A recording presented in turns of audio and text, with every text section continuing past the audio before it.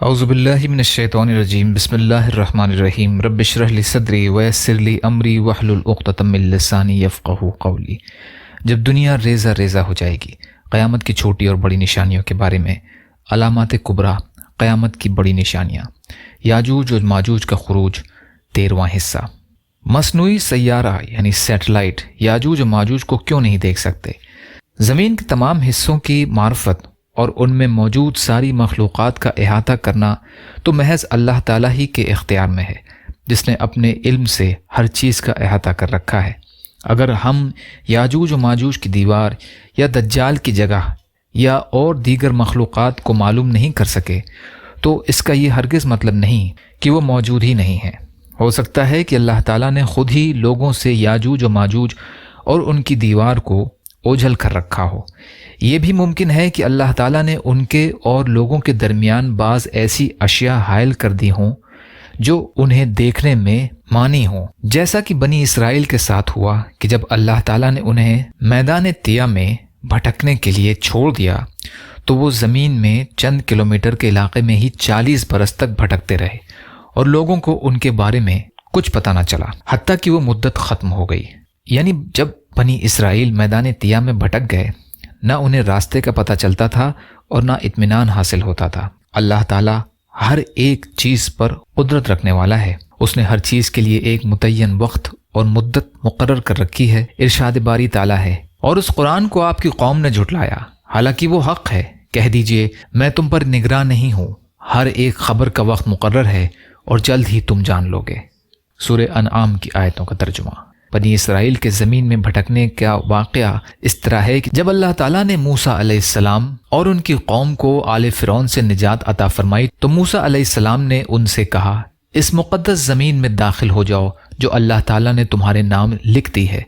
وہ زمین بیت المقدس کی تھی، مگر انہوں نے اس میں داخل ہونے سے انکار کر دیا اور کہا، وہاں تو زوراور سرکش لوگ ہیں اور جب تک وہ وہاں سے نکل نہ جائیں ہم تو ہرگز وہاں نہ جائیں گے۔ ہاں، اگر وہ وہاں سے نکل جائیں تو ہم بخوشی چلے جائیں گے۔ کہنے لگے، وہ تو بڑی سرکش اور جابر قوم ہے، یعنی ان کے پاس قوت اور جبروت ہے، ہم اس بستی میں کبھی داخل نہ ہوں گے۔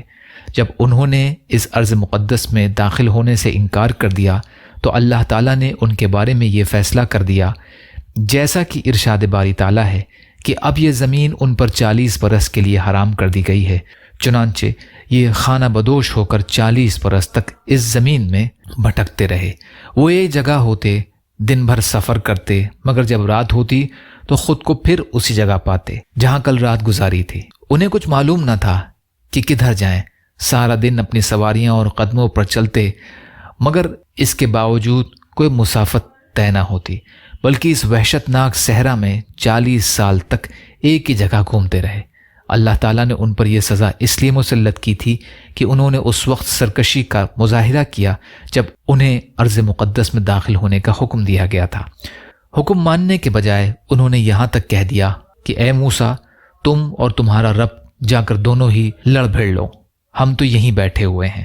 جس چیز کے اکتشاف سے پہلے لوگ قاصر رہے اسے بعد والے بھی معلوم نہ کر سکے، اس لیے کہ اللہ تعالیٰ کے ہاں ہر چیز کا وقت مقرر ہے۔ آخری بات یہ کہ قاضی ایاز کہتے ہیں، یاجوج و ماجوج کے بارے میں وارد یہ حدیث حقیقت پر مبنی ہے، ان پر ایمان رکھنا واجب ہے کیونکہ یاجوج و ماجوج کا خروج علامت قیامت میں سے ہے۔ ان کے بارے میں وارد احادیث میں وضاحت سے یہ بتایا گیا ہے کہ ان کی کثرت تعداد کے باعث کسی کے پاس اس سے لڑنے کی طاقت نہیں ہوگی۔ وہ اللہ تعالیٰ کے نبی عیسیٰ علیہ السلام اور دجال سے نجات پانے والے ان کے ساتھیوں کا محاصرہ کر لیں گے۔ عیسیٰ علیہ السلام یاجوج و ماجوج کے خلاف اللہ تعالیٰ سے دعا کریں گے تو اللہ تعالیٰ ان سب کی گردنوں پر ایک کیڑا پیدا کر دے گا جس کے اثر سے وہ سب کے سب ہلاک ہو جائیں گے۔ ہلاکت کے بعد ان کی لاشوں کے تعفن سے اہل زمین بہت اذیت میں ہوں گے۔ عیسیٰ علیہ السلام اور ان کے ساتھی پھر اللہ تعالیٰ سے دعا کریں گے تو اللہ تعالیٰ ایسے پرندے بھیج دے گا جو انہیں اٹھا کر ایسی جگہ جا پھینکیں گے جہاں اللہ تعالیٰ چاہے گا۔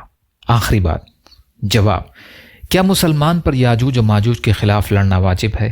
ہر شخص پر ان کے خلاف لڑنا واجب نہیں، جیسا کہ عیسیٰ علیہ السلام کے قصے میں گزر چکا ہے کہ اللہ تعالیٰ عیسیٰ علیہ السلام سے فرمائیں گے، میں نے اپنے کچھ ایسے بندے بھیجے ہیں جن سے لڑنے کی کسی میں ہمت نہیں، لہٰذا آپ میرے مومن بندوں کو لے کر کوہ طور پر چلے جائیں۔